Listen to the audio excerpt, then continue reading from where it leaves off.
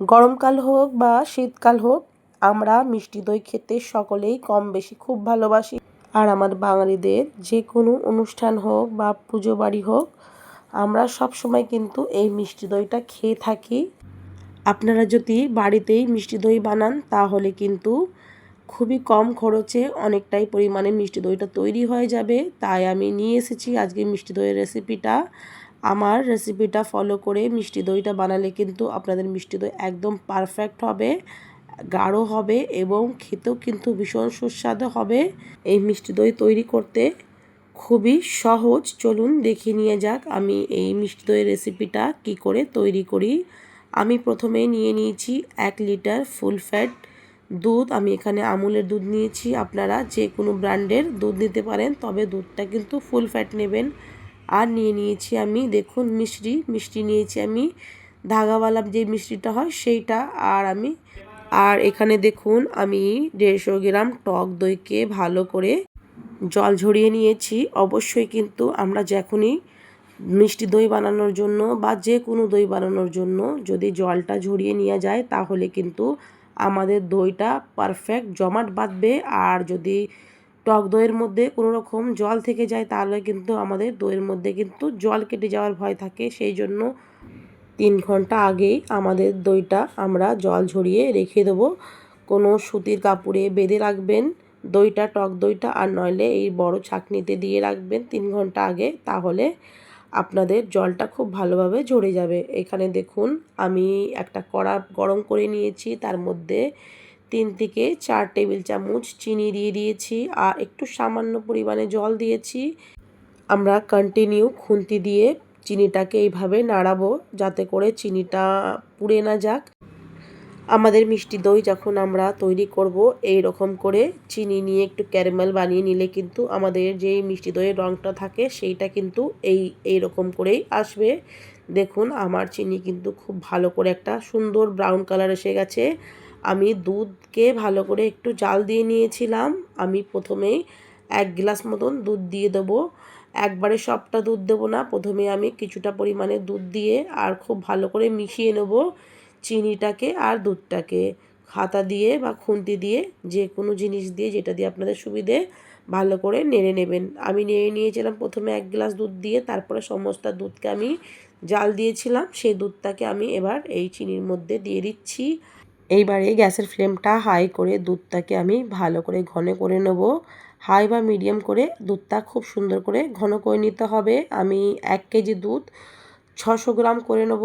আমি এই সময় মিষ্টিটাও ব্যবহার করেছি। মিষ্টিটা অবশ্যই আমি এখানে 60 থেকে 70 গ্রাম নিয়েছি। আপনারা মিষ্টিটা যে যেমন খাবেন সেই হিসাবে মিষ্টি ব্যবহার করবেন। মিষ্টি দেওয়ার কারণে কিন্তু দইটা খুব সুন্দর হয়েছিল, খুব গাঢ় এবং খেতেও সুস্বাদু হয়েছিল।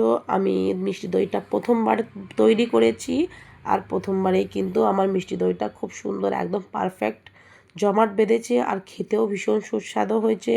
অবশ্যই আপনারা যদি প্রথমবারের জন্য এই মিষ্টি দইটা বানিয়ে থাকেন, একবার হলেও মিষ্টিটা ব্যবহার করে দেখবেন। মিষ্টি ব্যবহার করার কারণে কিন্তু মিষ্টি দইটা খুব সুন্দর জমাট বাঁধে। আমি এবার দুধটাকে গ্যাসের ফ্লেমটা মিডিয়াম টু হাই করে জাল দিয়ে নিই। আমরা যেই চিনিটা ব্যবহার করেছিলাম চিনি ক্যারামেলাইয়ের জন্য, এখন রঙটা কিন্তু লাইট হচ্ছে।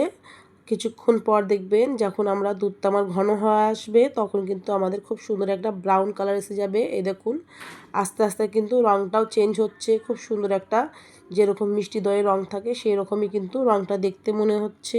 এবার আমি আর একটু ঘন করে নেব। আর যে আমাদের সাইড দিয়ে যেই দুধটা শুকনো হয়ে আসবে একটু খুন্তি বা হাতার সাহায্যেতে আমরা সেইগুলো কিন্তু মিশিয়ে নেব।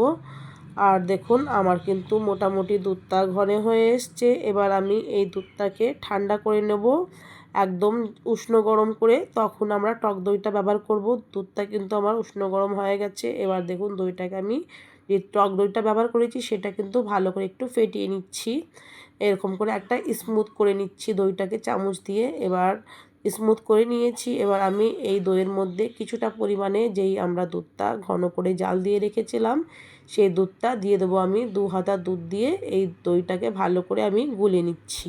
প্রথমেই বলেছিলাম, আমি আবারও বলে দিচ্ছি, আমি 1 কেজি দুধের জন্য এখানে 150 গ্রাম টক দই নিয়েছি। 150 গ্রাম টক দইকে ভালো করে জল ঝরিয়ে নিয়েছি। এবার ভালো করে একটা পেস্ট তৈরি করে নিচ্ছি।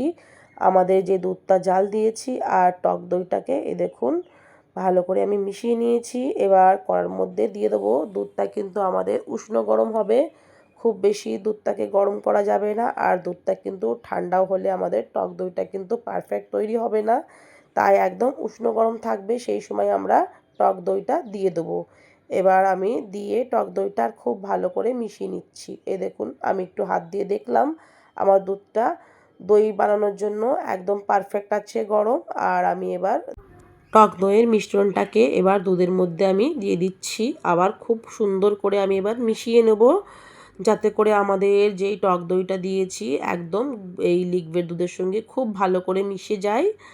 এই দইটাকে আমি একটা বড় টিফিনকারি বাটির মধ্যে জমাতে দেবো। আপনারা চাইলে মাটির হাঁড়িতেও জমাতে পারেন। আমি একটা বড় বাটি নিয়েছি, সেই বাটির মধ্যেই জমাবো।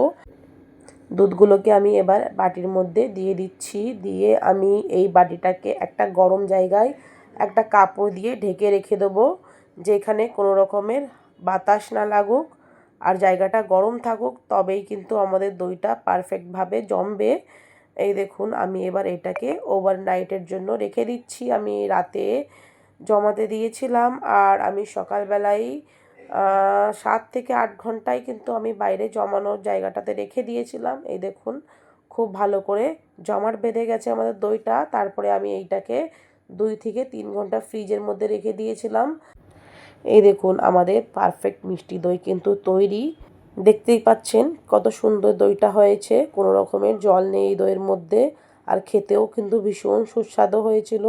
আপনারা অবশ্যই ঘরে এইভাবে মিষ্টি দই তৈরি করবেন, খুবই অল্প খরচেই এই দইটা কিন্তু তৈরি হয়ে যাবে, আর খেতেও ভীষণ ভালো লাগে।